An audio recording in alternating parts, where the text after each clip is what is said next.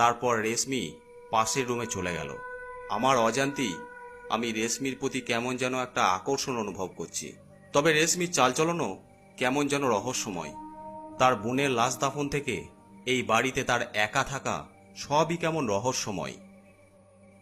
খানিক পর রেশমি চা নিয়ে ঢুকলো।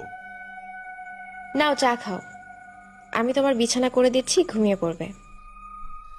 আমির চা খাচ্ছে। এদিকে রেশমি সুন্দর করে খাটে বিছানা করে দিচ্ছে। কি ব্যাপার, রেশমি আমার জন্য এখানে বিছানা করে দিচ্ছে, ও কোথায় শোবে? একটাই তো রুম। রেশমি, তুমি কোথায় শোবে? একটাই তো রুম। আমার জন্য চিন্তা করতে হবে না, আমি রান্নাঘরে শুয়ে পড়ব। না না, তা কখনো হয় নাকি? আমি বারান্দায় শুয়ে পড়ছি, তুমি এখানে শুয়ে পড়ো। এইখানে ভোরবেলায় খুব ঠান্ডা করে, তুমি ভিতরে